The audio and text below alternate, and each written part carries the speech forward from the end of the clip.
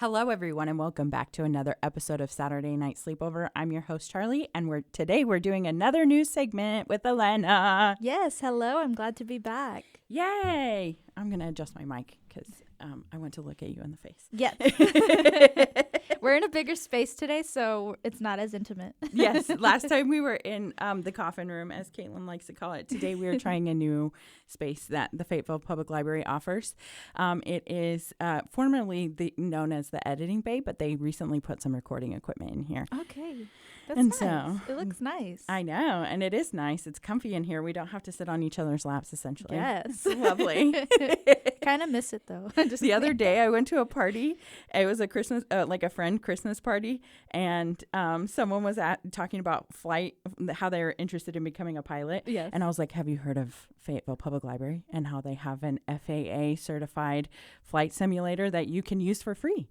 And they were like, do you work there? And I was like, no, I'm an ally, and I'm very passionate about telling everyone about Fayetteville Public Library. Yes, they do some great work. This is my brother's first time here. He's taking care of my daughter, and he's like, whoa, this place is nice. Mm-hmm. I'm like, yeah, you gotta, it's amazing here. You haven't even seen the bees yet. Yeah, well, the bees, I think, might be on pause, too. Oh, yeah, it's winter. Yeah, and they had a fire. Oh, yeah.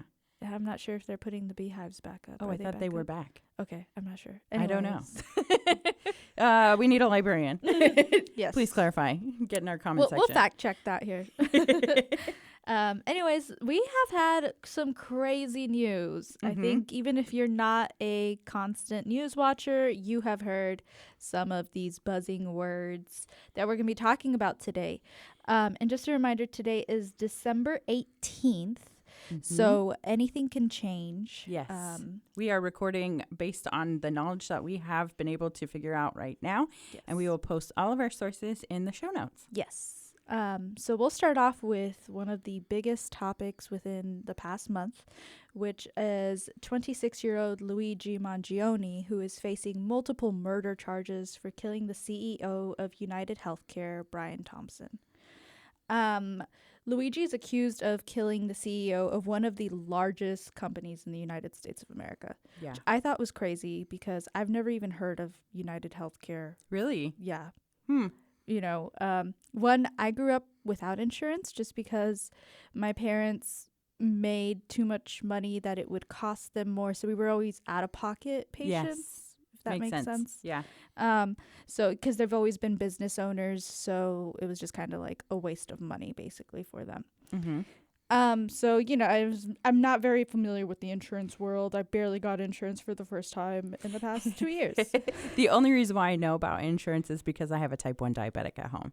So I have to know about insurance because he needs a medicine that costs thousands of dollars that otherwise we can't afford, and it keeps him alive. Yeah. So we have to know, unfortunately. And there's been a lot of changes. I mean, even in like, you know, the diabetic world with insulin and just the cost of insulin and how affordable it's been for people, and people have even died in the recent years. If you would like to do a deep dive Google into insulin and its history and how messed up it is, you're going to learn a bunch. If you're up at 3 a.m. looking for something to Google, there you go. I know some basic stuff, but that's one of the issues that some people say kind of led Luigi to murder Brian Thompson. He some things that were found on the scene were like bullets that contain the words defend, depose, and deny. Mm-hmm. And there's a book about insurance that uses the words defend, deny, and delay. Oh, okay. That's it. Delay is the words. And some people online are saying like, oh, it's banned, like you can't get it anymore.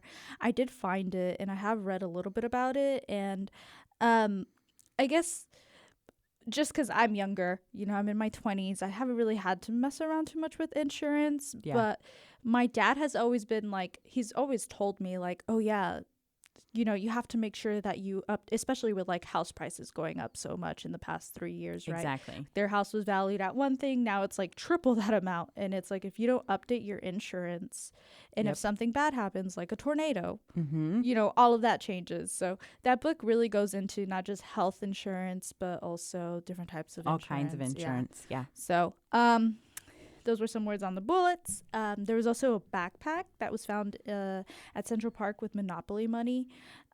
Someone at my job told me that he was supposed to put that Monopoly money on Brian. Oh, how? What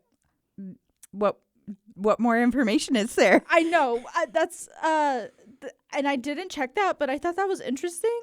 But Okay. the whole Monopoly money was interesting. Yeah. That isn't. And how did they know it was connected to him? That the backpack, because it was found in a separate location. Yes. They were able to track where the bike went, and they knew what he went through, because after shooting Brian in the early morning of December 4th, he got on a bike and was just like, yeah. Well, if cell phone data is pretty, he didn't have a cell phone. Yeah, like there was an actual like a cell phone data type of thing. But one thing that a lot of people online have been kind of saying is like, people don't realize how much surveillance there is in general. Yes, I do. I know all about it because it's an element of my job. Yeah. Surveillance. So yeah, a lot of people were like, oh, well, cell phone data. But no, that's why this manhunt was on for a good while. It lasted 5 days before he was found in Altoona, Pennsylvania. Mm-hmm. 5 days. Yeah. Okay. Yeah, December 9th, he was found there because a McDonald's employee kind of recognized him. Oh. And there was also about $50,000 between the FBI and New York Police Department for a reward if anybody was able to, identify him. I believe they received over 300 tips that were helpful. Oh, okay. Mm-hmm. But they did get like 5,000 calls, right? Yes, of course. Yeah. And a lot of people online were like, I look like him, like from all these pictures that came out. We all know there's a couple pictures of this man with bushy eyebrows, with a backpack and like a green or gray jacket. Mm-hmm. And then there's also like pictures of him in a taxi. Some pictures don't all look the same. Yeah. A lot of people don't believe he did this alone, but they did find a manifesto on him when he was arrested in McDonald's. He also had multiple forms of identity, so they originally got him on fraud. Okay. And then they said that they were able to match his fingerprints to items found on the scene, even though police first said that all of the fingerprints were smudged, and that's why they couldn't find anything in the beginning, Mm-hmm. So there's like... Do we know, like, if he's pleading guilty or... He is pleading not guilty. Not guilty. Mm-hmm. Okay. Yes, and his attorney, the day of, was like, "This is all the evidence I have," and had empty hands. He's like, "Zoom in," and he's, it was empty. Yeah. So it's been an interesting time because there's also, as something viral like this kind of happens, there was, like that YouTube channel. Yes. People were saying like, oh, look, like this is all set up. He knows he's about to get caught. There's a YouTube channel with his name saying this, and that. Yeah. And then people started going into rabbit holes with his Twitter as well, where his header was like a Pokemon. Like a spot, like an X-ray spine, and a picture of him shirtless. Yeah. And he's a good-looking man. Yes. Which is what a lot of jokes have been about, which is like, oh, people don't care that he murdered someone because he's sexy. Well, I mean, that's always the response. Like, think about Ted Bundy. Yeah. Same thing. Yeah. So, it's kind of like, yeah, charm can get you pretty far. Mm-hmm. But also, not always the scariest looking people are the scariest ones. I think that's the lesson we should learn. Yes. Anybody can kill anyone. Anyone can be scary. But he has officially been charged with all felony charges: first-degree murder, 2 counts of second-degree murder, 7 criminal possessions of weapon charges of various degrees, and criminal possession of a forged instrument because he had a ghost gun. Mm-hmm. So lots of new things about this case that the United States has never really seen before. To get first-degree murder in New York, it has to have like terrorism tied to it. Yeah. So they had to prove that he was trying to, I guess, he did something out of passion almost, right? Yeah. Mm-hmm. And in his manifesto, or what has been circulated online as his manifesto, is kind of showed that he was very anti-healthcare. Yes. Which I feel like resonated with a lot of people. Yeah. So, but at the end of the day, something that's kind of happened is all we hear is Luigi, Luigi, Luigi. And we forget that there was a father who was lost. Yeah. 50-year-old Brian Thompson. He's originally from Minnesota, and he was there for a shareholders conference. He has 2 kids. He was the CEO in 2021, but he had worked for the company for 20 years. Yeah. And yeah, there's just been a lot of debate about whether or not killing a CEO is right. Well, I don't think killing anyone is right, but I can see how it certainly sends a message. Yeah. Yes. And like we said earlier, you know, with even just like type 1 diabetes and insulin, like there are people who really don't have the resources and have died because of that. Yep. And who's to say that the insurance company is not killing people? Yeah. And a lot of it is because what they do is they deny you, and then they delay it for as long as they can. And the only way you can get your insurance covered if they do those things is by taking them to court to defend yourself. Yep. And who has the time if you're facing something terminal, or the money to go and take people that you're already paying thousands of dollars, hundreds or thousands of dollars for that? Exactly. And there's a whole financial aspect of it. Have you ever seen that movie with Justin Timberlake where they have like the time on their arms? Oh, yes. It feels a lot like that when you start thinking about insurance companies. I need money so that I can pay for more time because I need care that's going to prolong my life. And I think about that all the time. Yeah. Like how that movie is kind of like a prelude to the actual culture that we live in. And how I can see how life is not valued from either side of the argument. And so I think you and me, we value life, and we think about like, wow, that's a real person. That was a father that got killed. The other guy was also a real person that allegedly had like health problems and probably had motives. Yeah. So he also was very young. He's 26, you know, to kill someone, and he will be, just with all of these felony charges. Oh, absolutely. You know, so it's an interesting, it's something very interesting to me. And one thing that I kind of was trying to pick the people around me was like, have you guys ever taken an ethical class, like philosophy, specifically philosophy? I was like, this is a huge philososophy question. This is like something in real life, like, you know. And I was surprised by how many people, 1, didn't like philosophy, and 2, didn't really take philosophy classes. So they weren't very, like, they couldn't really see like the point of this. And I did learn that Luigi is an incredibly smart person. He went to a private high school and was valedictorian. He went to an Ivy League and was a computer engineer, and read a lot. People found his Goodreads, which is not something you find on someone who murdered someone right away, right? Goodreads. So I had read something that he was a big utilitarian. Utilitarian. Yeah. Okay. Yes. So the greater, you do something for the greater of all people, not for yourself. So I think recently, this is all just based off of me, there has been a shift where people feel like what they are doing is better for everyone else. Yeah.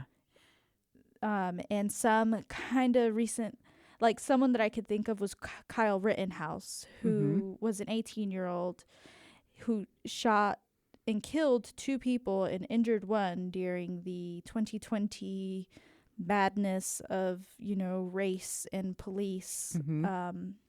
He was out there and felt like he was threatened, and that he claimed self-defense and murdered 2 people who were also young.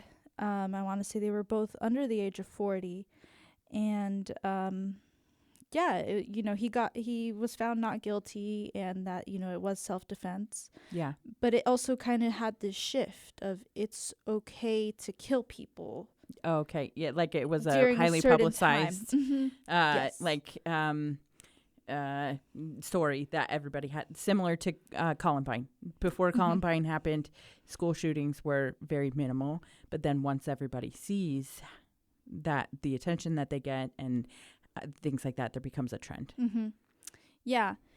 And there's also kind of like, if you just look up dad who kills rapist on Google, you'll find a bunch of stories. Exactly. And a lot of people feel like that's a justifiable murder. Like they did something bad, therefore you should be able to kill them.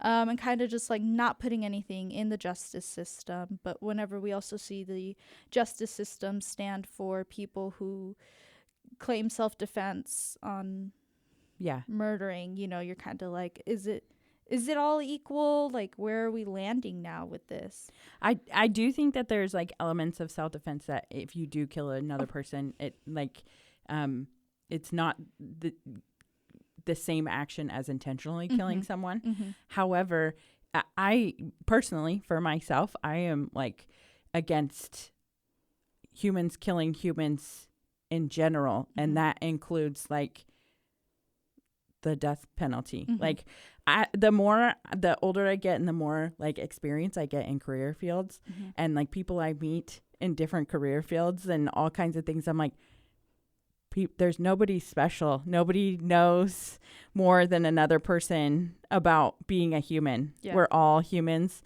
in this experience together. So what qualifies one person to make a decision about somebody else's ending or like killing someone, ending someone's life or killing someone? What makes one person more qualified to make that decision than another? So that's the argument that I get in my head, and I'm like, I don't think anybody, like I've met a lot of people in my life, and I can't pick one person that I would think, oh, that person should be in charge of deciding who lives and who dies. And self-defense is very interesting, and I guess this was one part of that Kyle Rittenhouse case that I found very interesting. Was he crossed state lines. He's 18 years old, and he had an AR-15 style gun with him. So I feel like whenever you have those type of things, you kind of are already going in with some sort of intention. I can see. Yeah. And I'm a gun owner, so like I understand the responsibility. And just because you have your gun with you doesn't mean you're always going to use it, right? Yeah. But whenever you're going to if you've never been to a protest, the energy is always high. Yeah, exactly. He was going to a protest. Yeah. Something could happen. There's going to be police there. Yeah. If you're taking a weapon with you, you're already putting yourself in a category in this protest. Yeah. So it's just, those are all those little aspects that kind of come up and all of that. But in terms of like young people and how they're viewing the CEO killing, is recently a poll from Emerson College showed that 41% of people 18 to 29 years old found it acceptable or somewhat acceptable. That's like almost half of everyone. That's almost half of everyone. And I think it kind of goes back to like the viewpoint that you were talking about, how it's like, let's do one good thing or one bad thing for the group, the health of the whole. Like every person in the world in 2020 was told to stay home for the good of the world. Mm-hmm. And so I feel like that shifted a lot of viewpoints for either side of the coin. And for either side of the coin, the viewpoints got shifted enough to where I think that's where that statistic is coming in, that almost half of people. That's so interesting. I've never thought about how COVID could really, you could kind of see where people align, right? Yeah. Like, are you going to listen? Or are you not going to listen, right? Mm-hmm. How compliant are you going to be? Like, how complicit are you going to be with all of this? Mm-hmm. And, you know, that's true. And I also believe, so because I feel like I don't know much about like health insurance. And most of my family being Hispanic, you know, statistically, we don't go to the doctor, which I would say, yeah, you know, the people around me, we don't go to the doctor very often. So I don't see those things as often as maybe other people where they are getting denied and they're stuck in this little, you know, just spot. Yeah. Most of the time we go to the doctor when it's too late. And we die. You know, no. Like, that's happened recently. And so it's just kind of like, that's just kind of what we do. And it could be because we know when we can't afford it. Yeah. Right. It's the same concept as the movie with the money and the time. Yeah. So are you going to be focusing on those things? But it's something to keep your mind wondering. I think it's also good to talk to the people around you and really come together. You know, like getting on the same foot of like, is murder bad? Yeah, exactly. This is going to be something that will affect us for the rest of this generation. I feel like this is a big shifting point. And what is murder? Because there's all kinds of different definitions of murder. So is murder bad and what is it? Mm-hmm. Mm-hmm. And then you can't go anywhere without someone saying something about drones. Yes. Oh, drones is another thing going on right now. Yes. Absolutely. So they are invading the East Coast, okay? Specifically New Jersey. Mm-hmm. But multiple states have spoken out about just drones and the lack of power states have in knowledge about what's going on. Absolutely. So if you don't know, Forbes has this really good breakdown on what the heck is happening. And they even said that the U.S. Air Force has reported the sightings of drones, and they are flying really low. Some people have recorded them in their backyard. They're the size of an SUV. And the FBI and the Department of Homeland Security, FAA, and Defense Department have all said that, hey, you guys, listen, we know what's going on. Don't worry, you know. Mm-hmm. Some of these are just normal drones, you know, people who own drones, commercial drones. They're just aircrafts. Like, stop. You guys are mistaking these. It's okay. Yeah. Okay.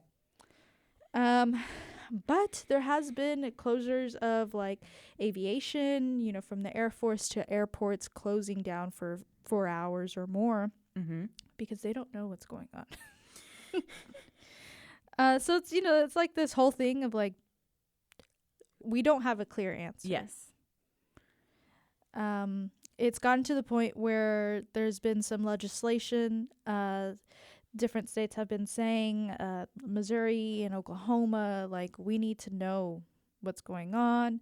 And the Pentagon has even said that they want to have more control over these calls. So if you call over a drone, that it is now a Pentagon type of call.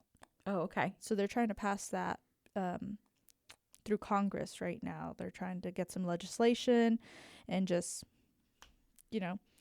So personally, on my For You page, I've seen different types of drones. Yeah. I have not been seeing the drones that have been posted on news. Okay. You're seeing like user generated content that has different things in it. It could, yeah. But like, okay. I saw one that was very interesting and I should figure out what it is. But it was like a drone shooting down this circle thingy, Okay. which people are claiming is a plasmoid. Okay. And it just fell. Huh. And so I was like, The plasmoid fell or no, the drone the fell? drone. Okay. Yeah. Did somebody find it in their backyard or something? That's what, you see, I didn't get that perspective. And that's why I was like, this is fake. Oh, okay. In my For You page, it's like the government has like shown that it's our drones, and there's those videos, and then there's also the other videos that say it's like Russia and China ganging up to come on to beat up America. See, so that's my whole thing is I remember the weather balloon. Yeah. Right? Yeah, right. That wasn't that long ago. They took forever to tell us what the heck that weather balloon was. Yeah. And it was China. Yeah. And, they kept saying, oh, no, don't worry. It's a weather balloon, and I feel like the same thing's happening again, where it's like, no, is this a type of terroristic attack, or what's going on? With that weather balloon, they claimed that it was actually sweeping our data. Yeah, probably so. It was like up there and it was just grabbing data. All the Wi-Fi's. Mm-hmm. Because we should Google when the social media went down, because it probably would have been around the same time. With the weather balloons? Yeah. Remember when social media all went down? Like all of Meta went down in like March? But I want to say the weather balloons have been like a thing for a while now. Yeah, maybe so. They've been a thing like since Trump, because that was the thing. And then I think once came out during Biden's administration. Oh, like there was years ago. Yes. Yeah, okay. Yeah. But there has been many type of, not just Meta, but AT&T, do you not remember all the phones were down? Yeah, all the phones were down. Verizon's had a couple down moments. So it's interesting. And there was something saying that cities are not prepared for a drone takeover. Yeah. I don't know what that means, but we all have guns, so why don't you just shoot them down? Exactly, right? So, what are we so scared of? They're up there. Yeah. Come down here and fight drones us. are not super tactical. Yeah. There's 4 blades or 4. Like I bought my husband a drone and it like fell apart. And he's only been able to use it like 3 times. They're not super reliable. Yeah. If you hit a wall too hard, that's it. Or a tree, that's it. That's it. Yep. Maybe they got tactical gear ones that are better, but they've got some armor around them. Maybe so. So it's been very interesting, and I have been wondering, what would I do if I saw a drone? Yeah, what would you do? Probably stare at it for way too long, try to figure out what is it. Once upon a time, I used to work at a place where we had to check our phones. It was in the middle of nowhere, like the middle of the desert, and we had to check our phones into a safe in a building. And our shifts were from 3 p.m. to 7 a.m. This place was crazy to work for. I only worked there for like literally 2 months, and then I was like, I cannot do this. Imagine being in that situation where your phone is not with you.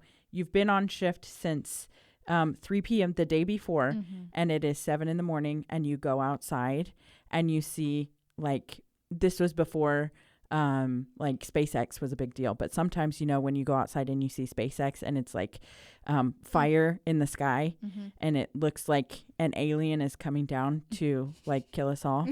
Well, this was in 2012 when that was not a regular sighting. And I had no access to my phone in the middle of the desert.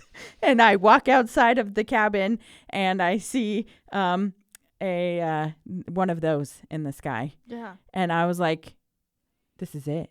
The aliens are here and they're going to take us over. And I just like looked at it for a long time and I was like, well, might as well live out the rest of the day and go get my phone.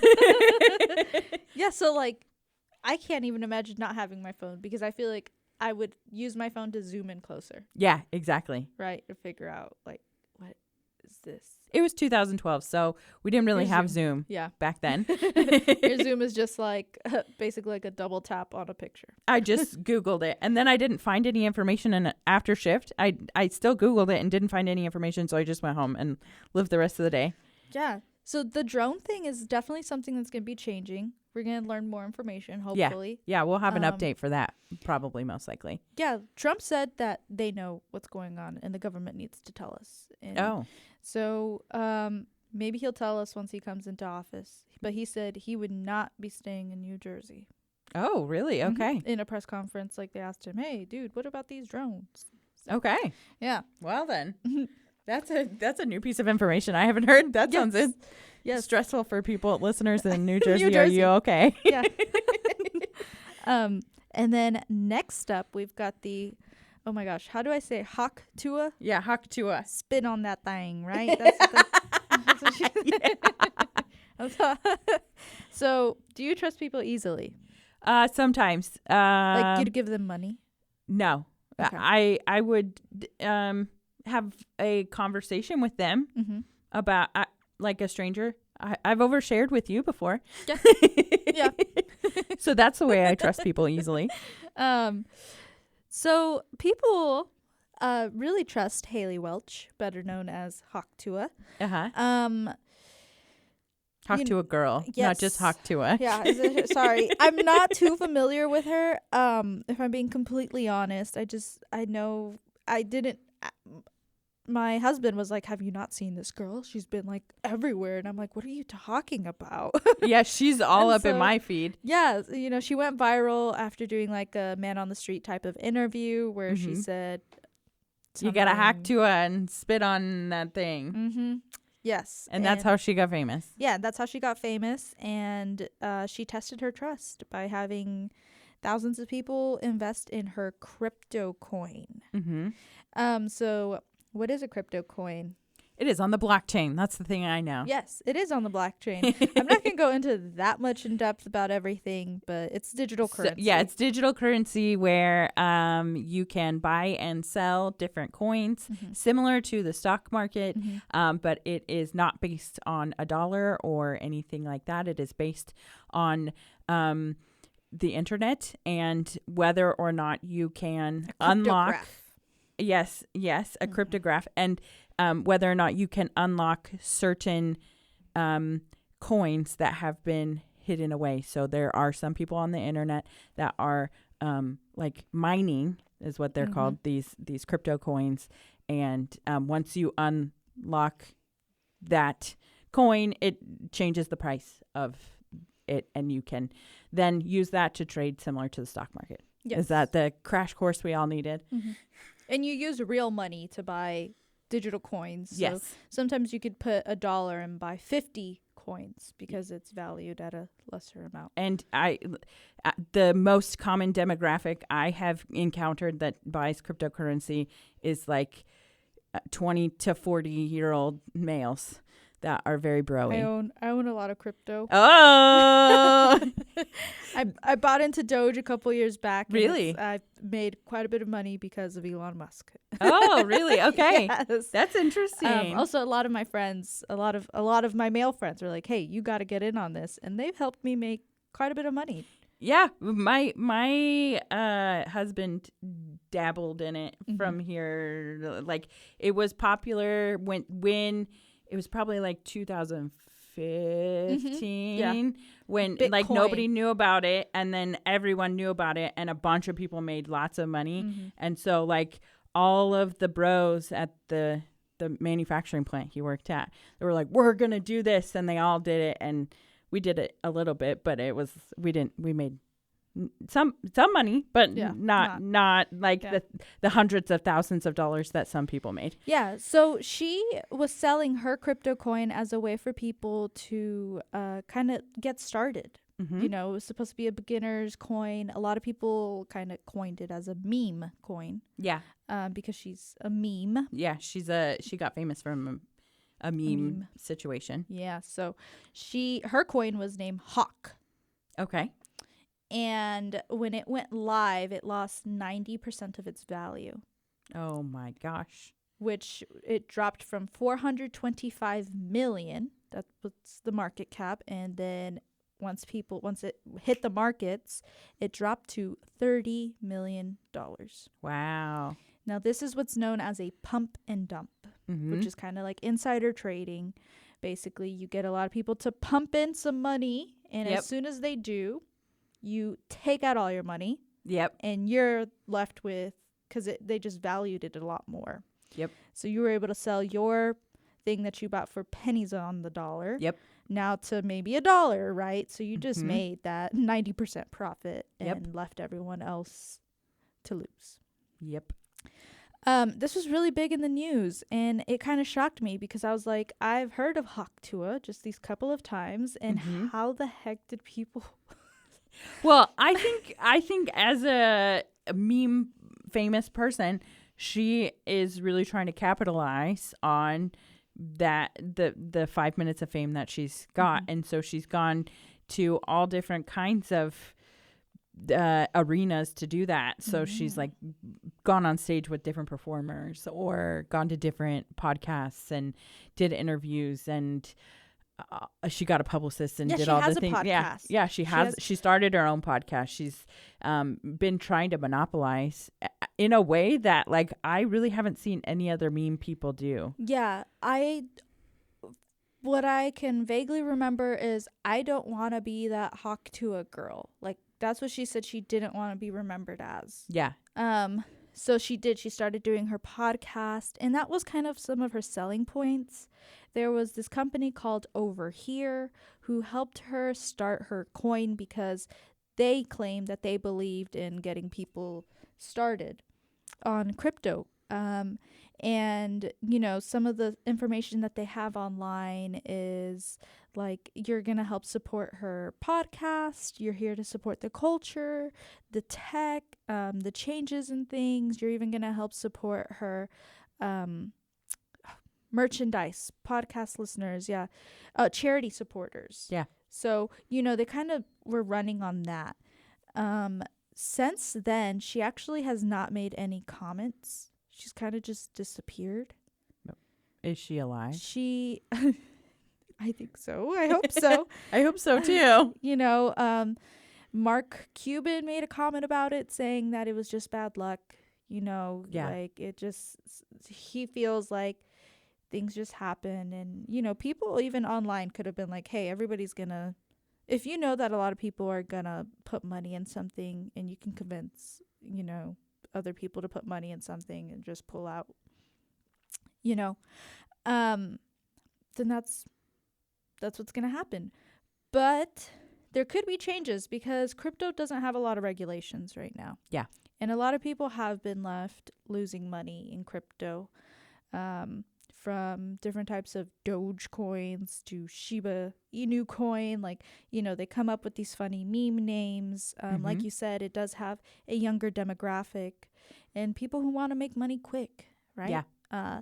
So the Trump administration, the upcoming Trump administration has been vocal about making changes in the crypto world, specifically having regulations. Right now, I believe the tax that you get from crypto is pretty high too. So like if you make money on crypto and you pull out, you have to pay a pretty high amount compared to other stocks.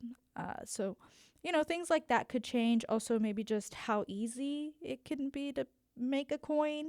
You know, I think that's something that kind of surprised me was just how easily she was able to make a coin and to market it and have people buy into it. To me seems like all types of red flags.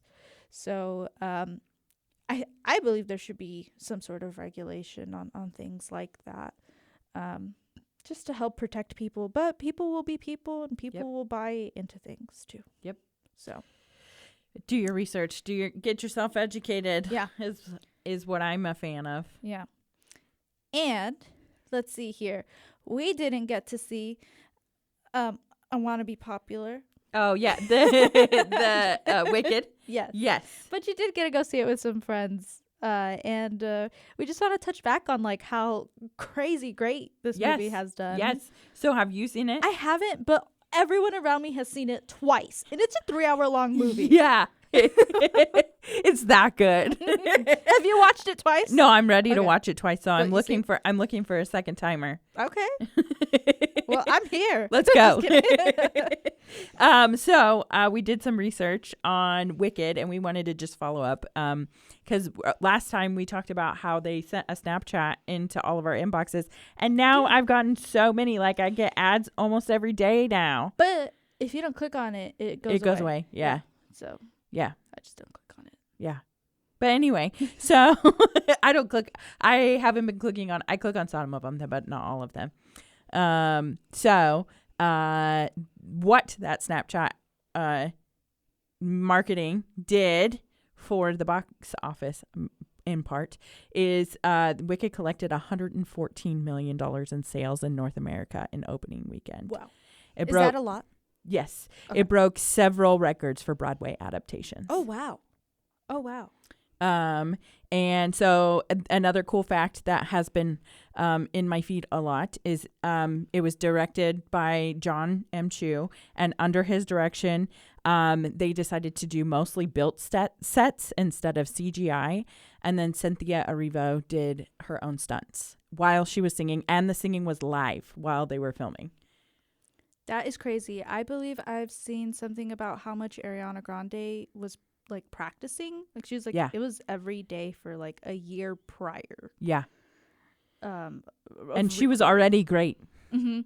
Oh yeah. No.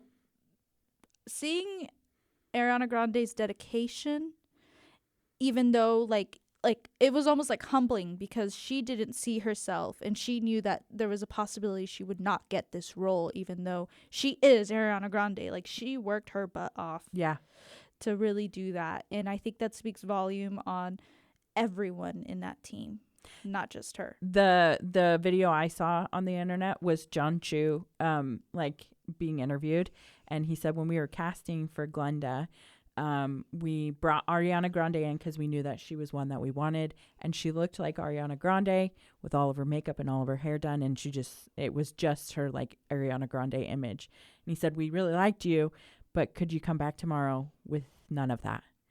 And she did. Mm-hmm. And that's what he said tipped him over.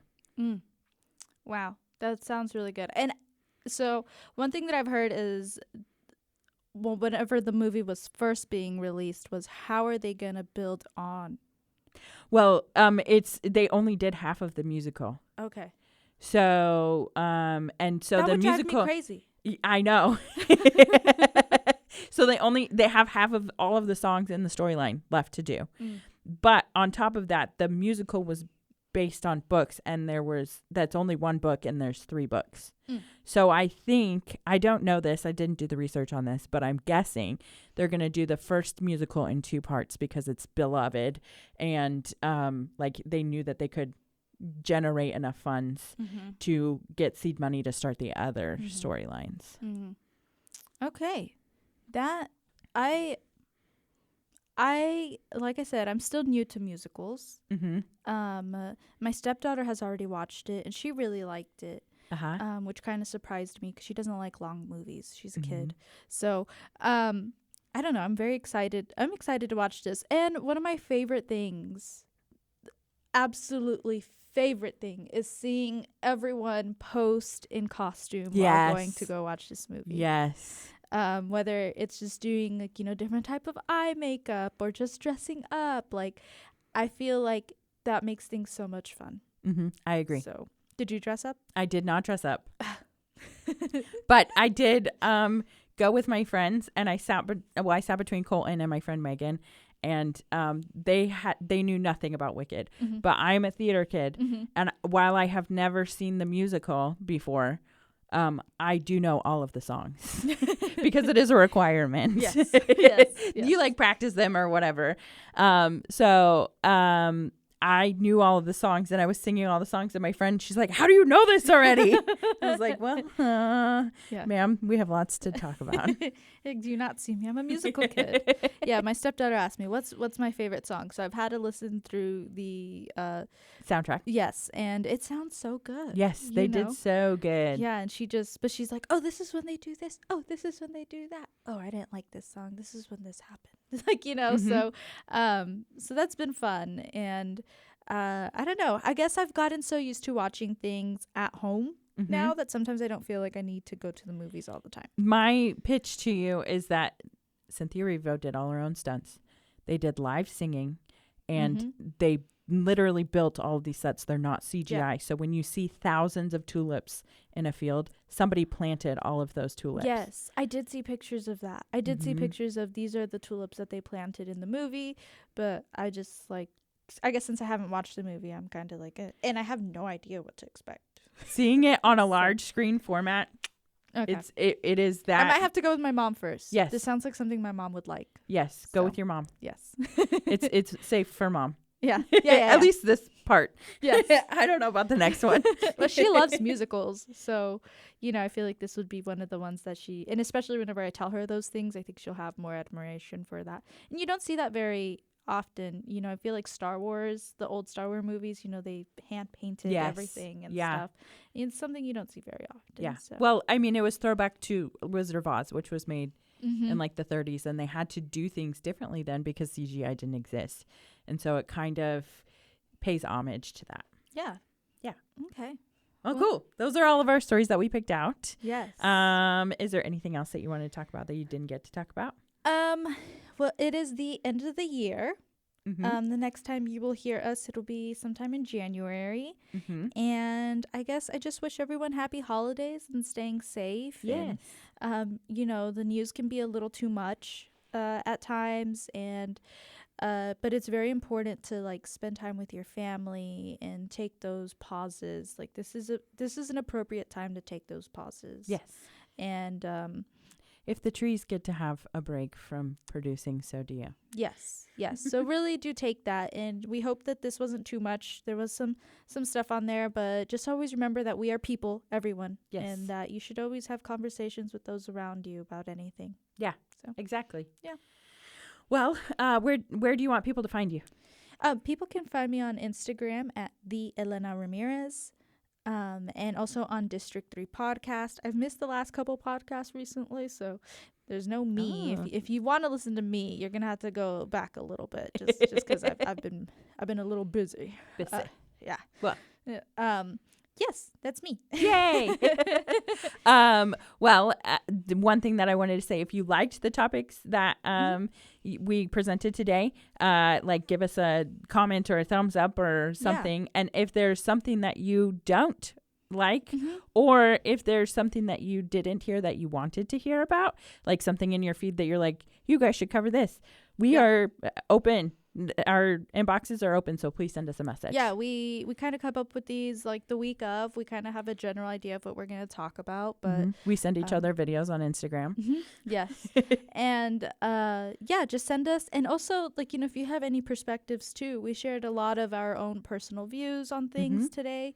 And if you feel like we're wrong, which is fine, or if you just want to share anything else that you found interesting in any of the topics we talked about today, feel free to send a Saturday night message. sleepover a message, or I think on Spotify at least there's a comment section. See, I'm not a Spotify user. Yeah, I'm not really a Spotify user either, but I know that is a function because I'm a Spotify for podcasters user. Yes. So I'm gonna go and take a look. I'll be looking. I'll be waiting for you guys to comment. Yeah, absolutely. And always send us a message. Yes. Okay. Love you. Bye. Bye.